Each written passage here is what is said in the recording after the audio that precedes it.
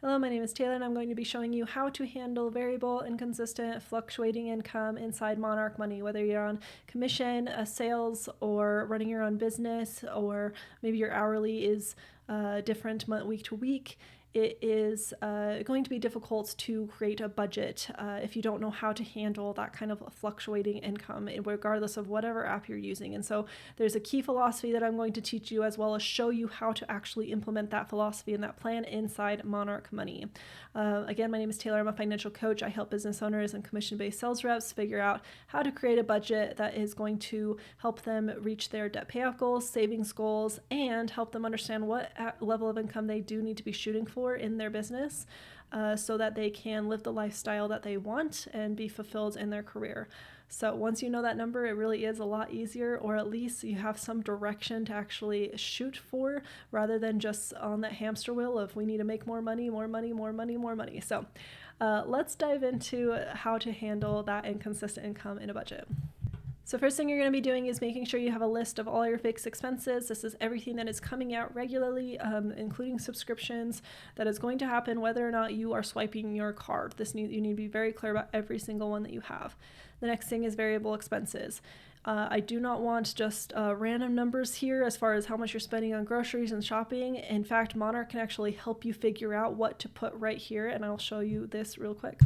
So once you get your account set up in Monarch, maybe you start to look at how things are categorized and all your transactions are categorized. When you click on any of these boxes, on any of these categories, it's going to show you the last 3 months and an average.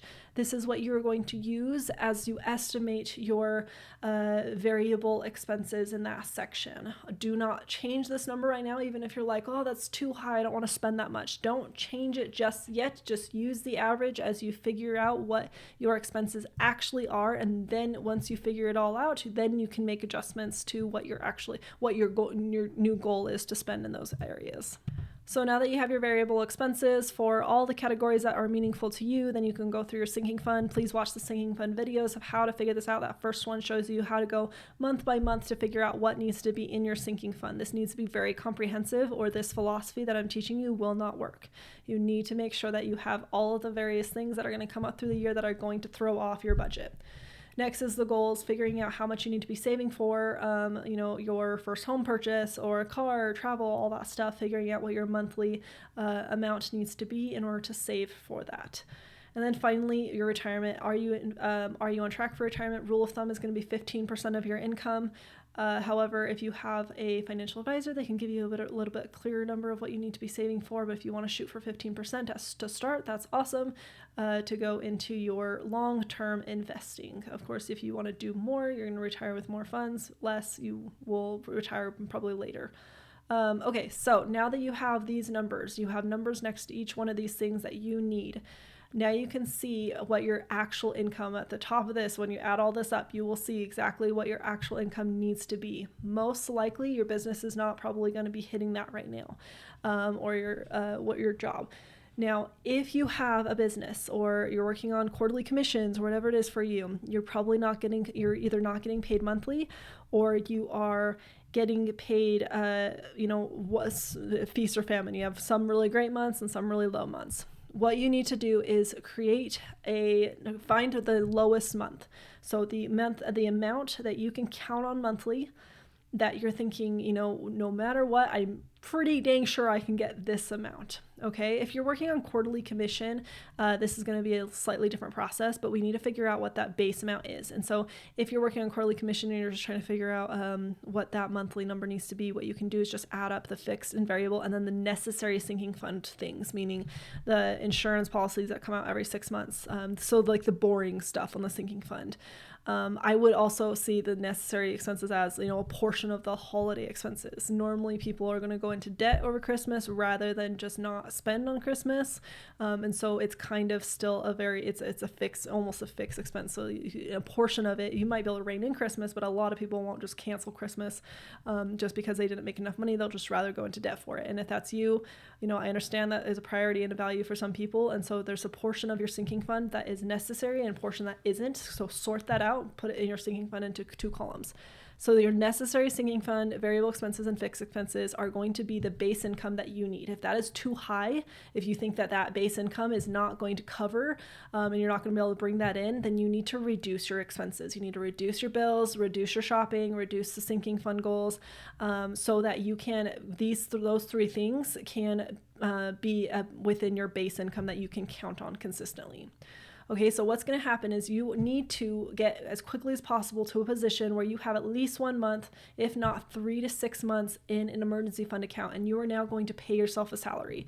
This is so important to get to as a business owner. It is going to relieve so much stress. It is such a place. It's such an amazing place, and it needs to be your first priority. If you're not there yet, if you're living paycheck to paycheck and just dealing with the fluctuations, again, it needs to be your first priority. To whatever extra income you bring in needs to go into this base account so that you can eventually get to a point where you can pay yourself a consistent paycheck, and that paycheck is going to be able to fund these three things. Any fluctuations above that paycheck is going to go immediately to these goals, and any fluctuations above, even filling out all of these priorities that you have, are going to go to increasing lifestyle or adding new goals or whatever you want to do, or maybe going back into the business to continue to grow it. But you need a list of priorities and to know exactly where that money needs to go to. And so again, you need to get to a point where you have 3 to 6 months of base income, at least 1 month, so that you can start paying yourself a regular paycheck. Okay, so let's say my regular paycheck is $10,000 a month. I decided that I know that this is what I can stick with. This is the base income. It fluctuates month to month, but I'm pretty dang sure I can get $10,000 a month. If I have, that means I'm going to have about, anywhere from 10 to 60 or more as an emergency fund in this account. That way, as my income fluctuates, my paycheck does not, I can continuously give myself $10,000 a month, regardless of what my paycheck does, at least for 3 to 6 months. If the business dries up, or if you're not hitting those sales, then, at 6 months, you're going to start stressing again, and we're going to go, that's when you need to start looking at other sources of income. But you'll see that $10,000 is going to go into either various accounts or just monitor in your Monarch budgeting app. You're going to pay, $5,000 for your fixed, variable, and then sinking fund. Notice that your goals are not getting funded. Now, I would recommend doing a portion of your retirement inside fixed expenses and making this a bill that you treat as just as important as your Netflix bill, because that's what's in here. And for some reason, people are paying Netflix over retirement, right? So ideally, looking at this, it's really just an example. What I would be recommending is at least putting like a base amount of retirement into fixed expenses, and that should be part of your base income. Your retirement should not rely on the fluctuating income either.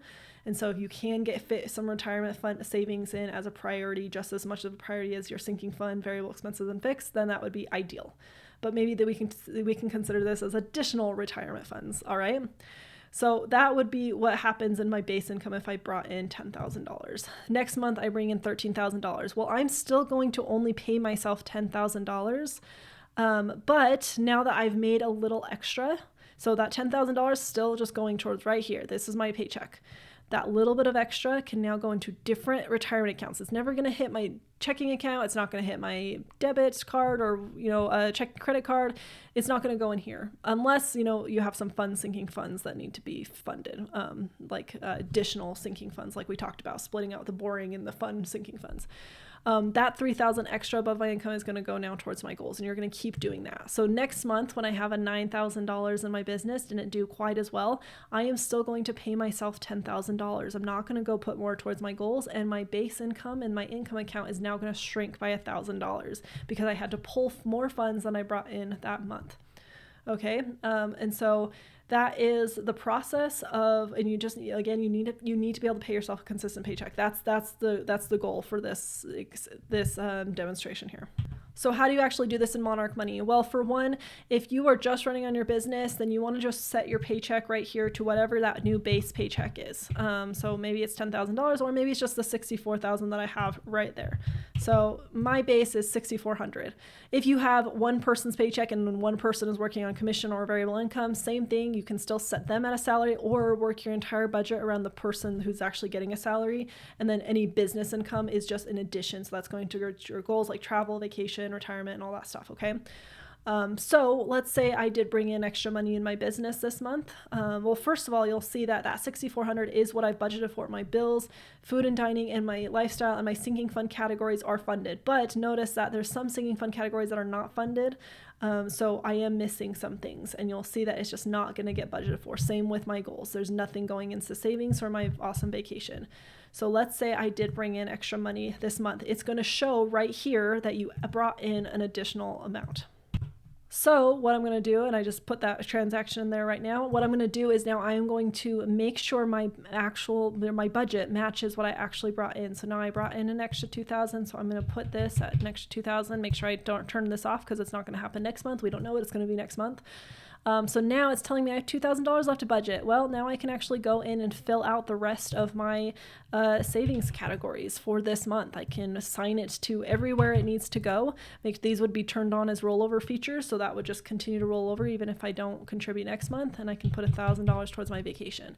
And there you go. So again, you really, really need to make sure you have a base income. You are paying yourself a salary. Get to that point as fast as possible. That means selling stuff to get some extra money in the checking account or the emergency fund account, if it means going without as far as shopping just for 3 months until you can get that money in there so you can pay yourself a consistent paycheck, do it. It is going to be such a better place for you. You're going to have so much less stress worrying about your money day to day. And that stress is going to go towards you making better sales, better customer relations, better business decisions when you're not so stressed about whether or not the income is going to come in, when you're going to get paid, if a customer is going to pay an invoice. We need to get you to this place so your energy can be freed up, okay? So that's really the basis of handling this in Monarch, is getting that consistent paycheck and just making sure your budget matches your actual income as the money comes in and fluctuates. If your base income, it does not come close to filling out food, covering your bills and dining out and all that stuff, you need to make some adjustments, either making sure you are increasing that base income and your earning potential on a regular basis, or you're reducing your bills. I'd love to go more in depth on handling budgeting with inconsistent income, so please let me know what questions you have, what struggles you've dealt with when it comes to budgeting with your income, and tell me about your experience. Tell me if this video helped you. Please, again, leave comments, questions. I will love to answer them, and either in the comments or in future videos. So thank you so much. Please subscribe, and I will see you again soon.